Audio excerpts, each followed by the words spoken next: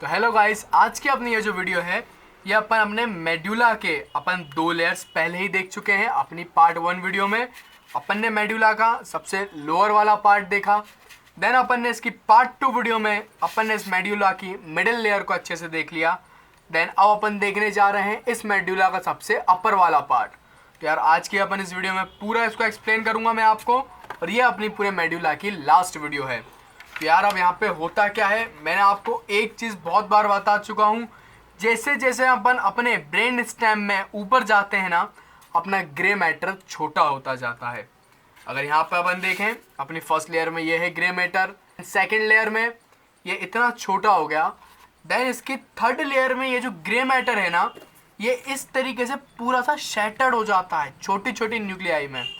तो यार अब मैं आपको बताऊं, इसकी ये जो थर्ड लेयर को याद करने का तरीका भी वही है जो जो अपन ने इसकी सेकंड लेयर में देखा ना, अपन वो इस लेयर में भी बना देंगे, थर्ड लेयर में। और उसके अलावा यहाँ पे जितनी भी अपनी एक्स्ट्रा न्यूक्लियाई आ रही हैं वो अपन याद कर लेंगे। तो सबसे पहले अपन देखते हैं अपनी सेकंड लेयर में ये जो ग्रे मैटर अपन ने यहाँ पे देखा था ना, ये ग्रे मैटर में अपन ने यहाँ पे 3 न्यूक्लियाई देखी थी। एक अपन ने इसकी देखी थी हाइपोग्लॉसल न्यूक्लियस और 2 थी इसकी वेगस न्यूक्लियस। तो अब ये क्या करती हैं, जैसे ही अपने ब्रेन स्टेम में ऊपर जाते हैं ना, तो ये ग्रे मैटर यहाँ पे इस तरीके से ओपन हो जाता है अपना। यहाँ पे ये सारे जो इसकी न्यूक्लियाई है ना, वो इस तरीके से ओपन होके शैटर्ड हो जाती हैं। तो यहाँ पे अब आप क्या, ये देखो, ये जो 3 न्यूक्लियाई है ना, ये एक्चुअली में अपनी यही वाली न्यूक्लियाई हैं, बस वो ऊपर आके अपनी शैटर्ड हो गई। तो यहाँ पे जो फर्स्ट न्यूक्लियस है वो है अपनी हाइपोग्लॉसल न्यूक्लियस। मैं आपको क्या ये डायग्राम थोड़ा ऊपर करके दिखाता हूँ। तो ये जो अपनी फर्स्ट न्यूक्लियाई है ना, ये अपनी है हाइपोग्लॉसल न्यूक्लियस।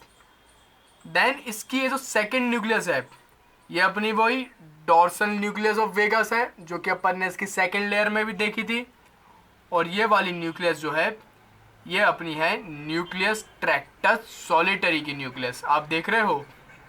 तो इसकी थर्ड लेयर में अब क्या हो रहा है, ये जो अपनी हाइपोग्लॉसल न्यूक्लियस है ना, इस हाइपोग्लॉसल न्यूक्लियस से अपनी 12th करेनियल नर्व, जो कि अपनी होती है हाइपोग्लॉसल नर्व, अपनी 12th करेनियल नर्व निकल रही है। देन अपनी इन 3 न्यूक्लियस से, अपनी डॉर्सल वेगस न्यूक्लियस से, एक न्यूक्लियस ट्रैक्टस सॉलिटरियस से, और अपनी इस अपर लेयर में एक और न्यूक्लियस आ जाती है एक्स्ट्रा, उससे अपन बोलते हैं न्यूक्लियस एम्बिगस। तो इन तीनों न्यूक्लियस से अपनी एक बन रही है वेगस नर्व, जो अपनी 10th करेनियल नर्व है। तो अपन ने एक यहाँ पे बना ली वेगस नर्व। देन उसके अलावा यार यहाँ पे अब आप देखो, इस तरीके से 4 और न्यूक्लियस प्रेजेंट रहती हैं। और ये जो 4 न्यूक्लियस है ना, वो एक्चुअली में अपना जो 8th करेनियल नर्व होती है ना, जिसे अपन बोलते हैं वेस्टिबुलो कॉक्लियर नर्व, जो कि अपनी 8th करेनियल नर्व है, ये उसकी न्यूक्लियस है। लेकिन अब आप बोलोगे सर आपने तो ये बताया था कि जो वेस्टिबुलो कॉक्लियर नर्व है वो अपनी पोन्स वाले एरिया से निकलती हैं ब्रेन स्टेम में। तो यार बिल्कुल सही, मैं कहाँ पे यहाँ पे पलट रहा हूँ, ये निकलेगी अपने वही पोन्स वाले एरिया से ही। अगर मैं आपको दिखाऊँ ना ये मॉडल अपना, तो ये इसी एरिया से निकलेगी, अपने पोन्स वाले रीजन से। लेकिन इसकी ये जो न्यूक्लियस है ना, वो एक्चुअली में अपने मेड्यूला तक एक्सटेंड करती हैं। वो साइज में बहुत बड़ी न्यूक्लियस होती हैं, इसलिए वो नीचे तक अपने ब्रेन स्टेम में एक्सटेंड करती हैं। तो एक्चुअली में ये जो नर्व है ना, वेस्टिबुलो कॉक्लियर नर्व, जो कि अपनी 8th करेनियल नर्व है, इस एक नर्व को बनाने के लिए टोटल अपनी लगती हैं 4 न्यूक्लियस। इसमें ये जो वेस्टिबुलो है ना, यहाँ पे अपनी लगती हैं वेस्टिबुलो की 2 न्यूक्लियस, एक मीडियल और एक इन्फीरियर वेस्टिबुलर न्यूक्लियस, और इसके में होती हैं 2 कॉक्लियर न्यूक्लियस। एक जो डॉर्सल में है वो है डॉर्सल कॉक्लियर, और वेंट्रल में ये जो है ये है वेंट्रल कॉक्लियर न्यूक्लियस। ये चारों न्यूक्लियस मिलके आपके बनाएंगी वेस्टिबुलो कॉक्लियर नर्व, जो कि अपने निकलेगा वही पोन्स वाले रीजन से, लेकिन ये जो न्यूक्लियस हैं ये नीचे की तरफ एक्सटेंड करती हैं। तो अगर मैं आपको यहाँ पे दिखाऊँ ना, ये दोनों अपनी है वेस्टिबुलर न्यूक्लियस और ये दो अपनी है इसकी कॉक्लियर न्यूक्लियस। देन ये अपन ने देखा इसका ग्रे मैटर की न्यूक्लियस। देन अब आप यहाँ पे देखो, अपन ने इसके सेकंड पार्ट में एक देखी थी ना इंफीरियर ओलिवर न्यूक्लियस। अगर मैं यहाँ पे आपको दिखाऊं, ये है अपनी इंफीरियर ओलिवर न्यूक्लियस। तो ये जो इंफीरियर ओलिवर न्यूक्लियस है ना, ये इसके अपर वाले पार्ट में भी देखने के लिए मिलेगी। और इसके अपर वाले पार्ट में यहाँ पे क्या हो रहा है, इस इंफीरियर ओलिवर न्यूक्लियस के लिए और एक्स्ट्रा न्यूक्लियस आ जाती हैं, वो अपनी होती हैं dorsal ventral accessory Oliver nucleus. और मैं यहाँ पे आपको दिखाऊं तो ये अपनी है ओलिवर न्यूक्लियस तो ये अपनी है इंफीरियर ओलिवर न्यूक्लियस। और उसके जस्ट सामने इसके लिए और दो एक्स्ट्रा न्यूक्लियस आ जाती हैं, वो है एक मीडियल में मीडियल और पीछे की तरफ डॉर्सल में डॉर्सल एक्सेसरी ओलिवरी न्यूक्लियाई।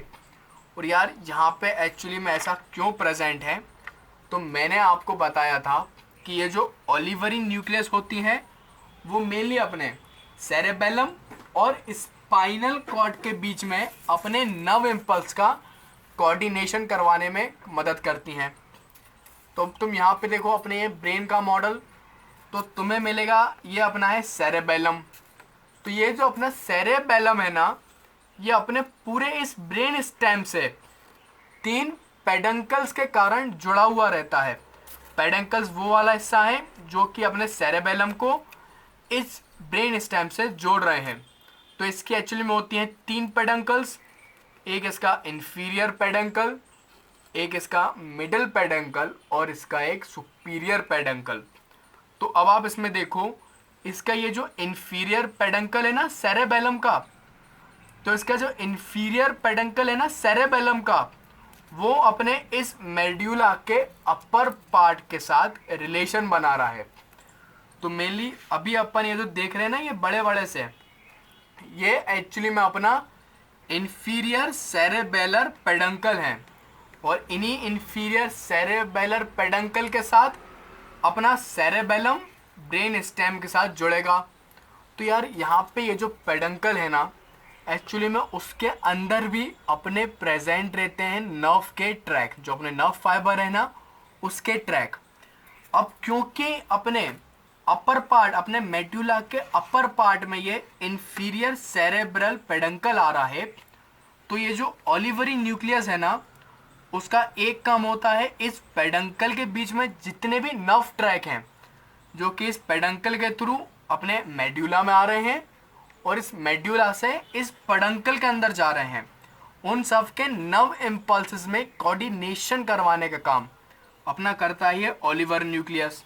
तो यहाँ पे क्या करता है, ये जो इंफीरियर ओलिवरी न्यूक्लियस है ना, उसके मदद के लिए 2 और न्यूक्लियाई आ जाते हैं, एक dorsal ventral inferior olivary nucleus. उसके अलावा आप यहाँ पे देख पा रहे हो, यहाँ पे एक और ग्रे मैटर की न्यूक्लियाई है, वो अपनी वही न्यूक्लियस है अपनी ट्राइजेमाइनल नर्व की न्यूक्लियस। मैंने आपको बताया था ना, ये ट्राइजेमाइनल न्यूक्लियस बहुत बड़ी है, वो पूरे ब्रेन स्टेम में मिलती है। तो ये अपने पूरे ब्रेन स्टेम में मिलेगी, तो ये यहाँ पे भी अपन को दिख रही है। तो ये अपन ने इसका पूरा देख लिया ग्रे मैटर, और उसका ग्रे मैटर थोड़ा सा शैटर्ड है। देन फिर अपन बात करें इसके वाइट मैटर की, तो यार इसके वाइट मैटर में वही मैंने आपको जो अपने मिडिल पार्ट में ट्रैक बताए थे ना, ये एक्चुअली में अपने इस मिडिल पार्ट से ऊपर की तरफ एक्सटेंड कर रहे हैं। तो ये अपने वही ट्रैक्स हैं, अपने स्पाइनो सेरेबेलार ट्रैक। अब यार ये जो स्पाइनो सेरेबेलार ट्रैक है ना, अब यहाँ पे तुम समझने वाली बात समझो, इनका नाम क्या है, स्पाइनो सेरेबेलार, मतलब कि वो स्पाइनल कॉर्ड से कहाँ जाएंगे, अपने सेरेबेलम में। ये जो सेरेबेलम है ना, तो अपने इसी लेवल पे क्या होगा, अपना यहाँ पे प्रेजेंट है इंफीरियर पेडंकल। तो ये सारे के सारे ट्रैक जो हैं अपने स्पाइनो सेरेबेलार ट्रैक, वो अपने नीचे से आएंगे, असेंड करेंगे, देन इस इन्फीरियर पेडंकल के होते हुए अपने इस सेरेबेलम में चले जाएंगे। तो यही अपना मेन रीज़न है कि ये जो स्पाइनो सेरेबेला ट्रैक जो है वो अपन को जो अपना ब्रेन स्टेम का सेकंड पार्ट होता है ना, पोन्स, इस पोन्स वाले एरिया में नहीं मिलते, क्योंकि ये सारे ट्रैक फिर अपने टर्मिनेट हो जाते हैं अपने सेरेबेलम में। तो यहाँ पे अपने कुछ हैं स्पाइनो सेरेबेला ट्रैक। उसके अलावा यहाँ पे आगे की तरफ इंटीरियर में अपना वही डिसेंडिंग पिरामिडल ट्रैक है। ये मैंने आपको बताया था, ये थ्रू आउट ब्रेन स्टेम में रहता है। तो ये है अपना पिरामिडल ट्रैक। और यहाँ पे क्या हो रहा है, इस पिरामिडल ट्रैक के जस्ट एक्स्ट्रा में एक और नर्व फाइबर की न्यूक्लियस आ रही है, उसे अपन बोलते हैं आर्क्यूएट न्यूक्लियस। तो आपको ये और एक्स्ट्रा बात याद करनी पड़ेगी।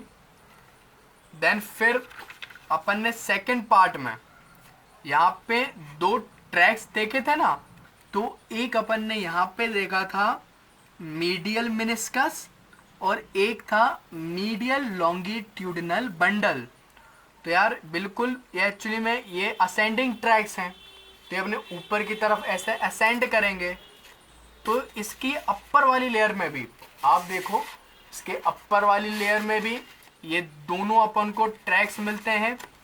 ये जो बड़ा ट्रैक है ना, ये अपना वही मीडियल मेनिस्कस है, और अपना पीछे वाला अपना है मीडियल लॉन्गिट्यूडिनल बंडल। और इन दोनों बंडल के बीच में अपन को एक और नर्व फाइबर का ट्रैक का बंडल मिलेगा, वो अपना होता है टेक्टो स्पाइनल ट्रैक। मैं आपको यहाँ पे दिखाऊं, ये जो दिख रहा है ना बीच में, ये अपना है टेक्टो स्पाइनल ट्रैक का बंडल। तो ये अपना है वाइट मैटर। और यार एक्चुअली में क्या हुआ, अपन ने फर्स्ट लेयर सेकंड लेयर इतने डिटेल में पढ़ी है ना इसकी, कि अपन ने इसकी थर्ड लेयर बहुत जल्दी ही ख़त्म कर दी। तो पूरा मैंने आपको इसका वाइट मैटर और इसका ग्रे मैटर बता दिया। अब मैं आपको ये बताता हूँ कि इसको यूनिवर्सिटी में आपको कैसे बना के आऊँगे। तो यार मेनली अपन हर बार की तरह आपको, अपन ने क्या करा था, मेनली इसकी एक लेयर अपन ने याद करी थी, वो भी ट्रिक से, GCT कट करो तो ऐसी, उसी एक लेयर से अपन ने इसकी बनाई सेकेंड लेयर। देन अपन ने इस सेकेंड लेयर में क्या करा, जो जो फर्स्ट लेयर में न्यूक्लियाई नहीं थी ना, उन एक्स्ट्रा न्यूक्लियस को अपन ने याद करा अपनी जिंगल के थ्रू। देन इस थर्ड पार्ट में भी अपन यही करेंगे।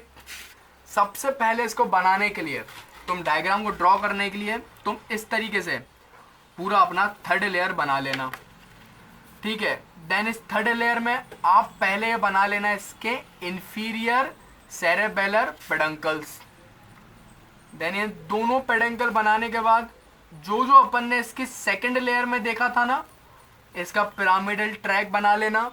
और यहाँ पे इसके पिरामिडल ट्रैक के आगे आप इस तरीके से ये आर्क्यूएट न्यूक्लियाई भी बना देना।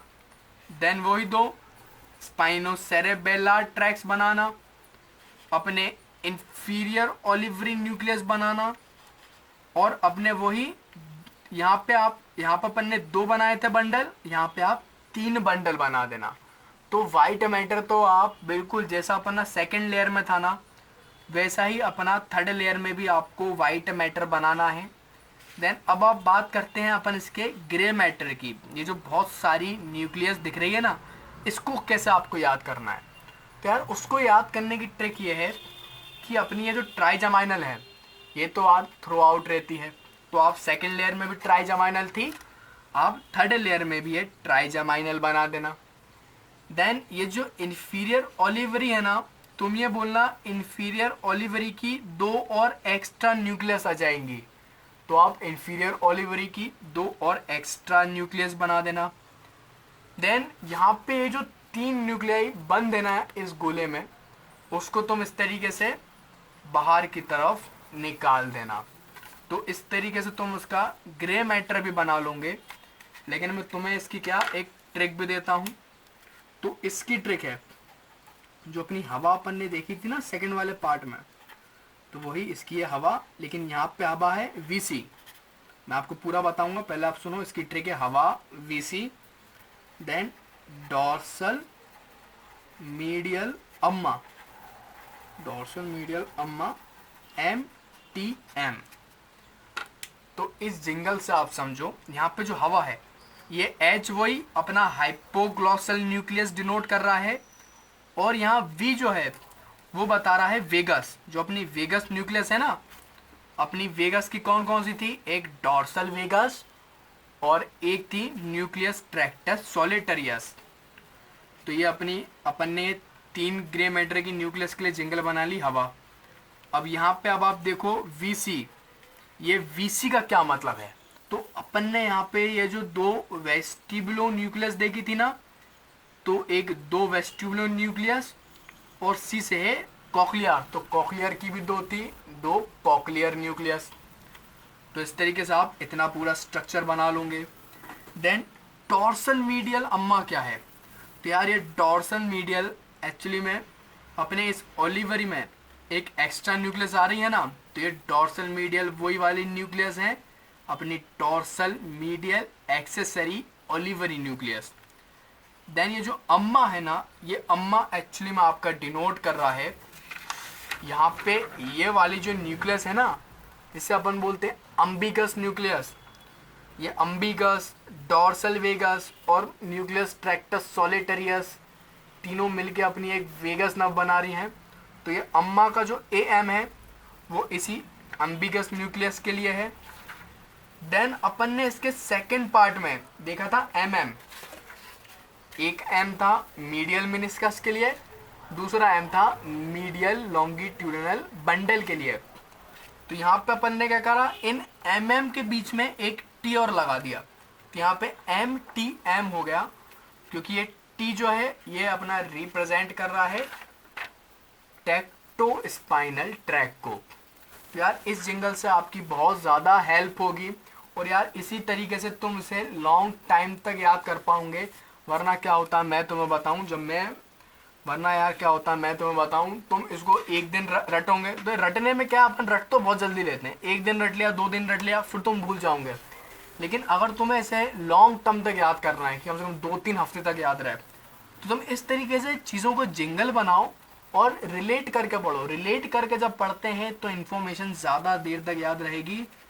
तो अपन ने क्या करा, इसकी फर्स्ट लेयर को सेकेंड लेयर से रिलेट कर दिया, और इसकी सेकेंड लेयर को थर्ड लेयर से रिलेट कर लिया, और ये पूरा मेडुला अपन ने यार देख लिया। और अगर तुम्हारी इस वीडियो से हेल्प हुई हो तो इस वीडियो को तुम करना लाइक। बहुत ज़्यादा मेहनत लगी है पूरे ब्रेन स्टेम का मॉडल बनाने में, और ये पूरे काम मैं अकेले ही करता हूँ, शूट करना, एडिट करना, प्रैक्टिस करना, फिर इसे अपलोड करना। तो इतना अगर मैं आपके लिए हार्ड वर्क कर रहा हूँ, तो तुम्हें सिर्फ एक चीज़ करना है बदले में मेरे लिए, कि इस वीडियो को शेयर करो, अपने व्हाट्सएप स्टेटस लगाओ, इंस्टा पे। जितने ज़्यादा शेयर करोगे उतने ज़्यादा लोगों की हेल्प हो जाएगी, और यही मेरा अल्टीमेटली रिवॉर्ड होगा कि आप मेरी वीडियो को शेयर कर रहे हो। और इसी तरीके से अब अपन देखेंगे इसका सेकंड पार्ट, जो कि अपना हो रहा है स्पोन्स वाला, और इस सबसे डिफ़िकल्ट अपना मेडुला होता है। बाकी अपनी सारी लेयर ब्रेन स्टेम की होती है ना, वो अपनी बड़ी ही ईजी लेयर्स हैं। तो इस वीडियो की लिंक आपको आई बटन में मिल जाएगी, तो आप इस सारी लेयर देख लो और इस पूरे ब्रेन स्टेम को ख़त्म कर दो।